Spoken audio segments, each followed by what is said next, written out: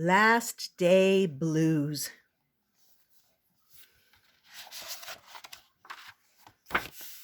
There's the calendar with the last day circled, and then it says vacation. Here's the kids on the school bus, and there's the teachers all looking so sad. On the Monday morning, before the Friday that was the last day of school, Mrs. Hartwell took attendance. She sighed as she called out the last name. "I'm going to miss all of you," she said.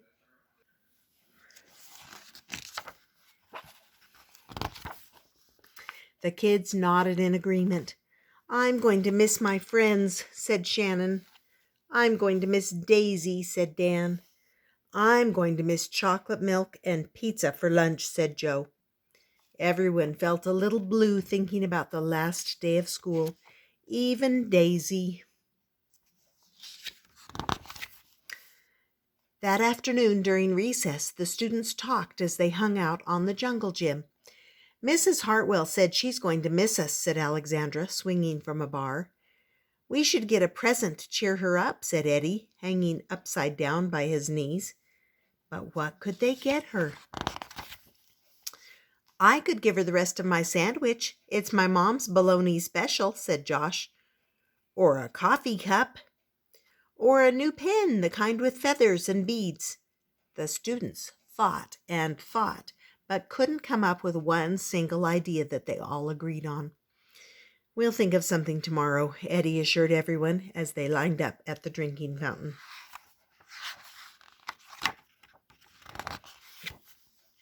On the Tuesday before the Friday that was the last day of school, Mrs. Hartwell read the final page of their last read-aloud book. "I'm going to miss circle time," said Mrs. Hartwell. "I'm going to miss science," said Emily.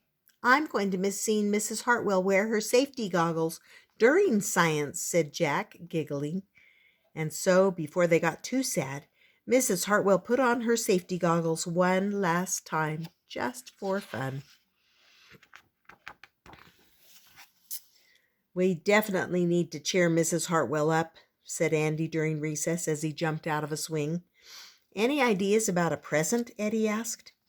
"Nope," they all answered back. On the Wednesday before the Friday that was the last day of school, Mrs. Hartwell brought in her super-duper sugar cookies with extra frosting. "I'm going to miss snack time, but I can't wait for barbecues by the pool," said Jack. "I'm going to miss recess, but I can't wait to play hide and seek outside after dinner," said Alexandra. "I'll miss school, but I can't wait for summer vacation," said Josh. The cat class discussed their summer plans and drowned their last day blues with another round of milk and sugar cookies. "I'm going fishing. I'm going to the beach. Egypt." "I don't know whether to be happy or sad today," Andy said the minute they all arrived at the jungle gym. "Mrs. Hartwell is sad," said Olivia. "She probably doesn't want the year to end." "While we're swimming, she'll be reading her old lesson plans," said Walker. "And while we're playing, she'll be trying to remember the fun times we had this year," said Dan. And that's when an idea zipped, zapped, and zinged through Eddie's brain. "I know exactly what will cheer her up," Eddie said, jumping down from the jungle gym. The class agreed it was perfect. On the Thursday before the Friday that was the last day of school, Eddie raised his hand right after Mrs. Hartwell started language arts. "We need some privacy, please," he said. And so Mrs. Hartwell took down bulletin boards with her back to the class. She never even peeked. Well, only once. On the morning of the Friday that was the last day of school, the students dashed into the classroom. They snapped open the shades for the very last time. They did their chores for the very last time. They fed Daisy for the very last time. And as soon as the bell rang, they couldn't wait for Mrs. Hartwell to see her present for the very first time.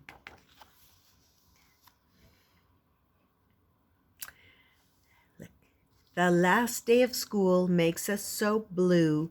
We'll miss recess and pizza and reading too. We'll miss Daisy and cookies and friendship true, snack time and science and learning new. We'll miss spelling bees for our test review and groundhogs that play peekaboo. The year's been great, a big wahoo. There are many things to miss, it's true, but mostly what we'll miss is you. And see, here's all the kids' names with drawings all the way around. There's the milk and cookies, and there's Daisy.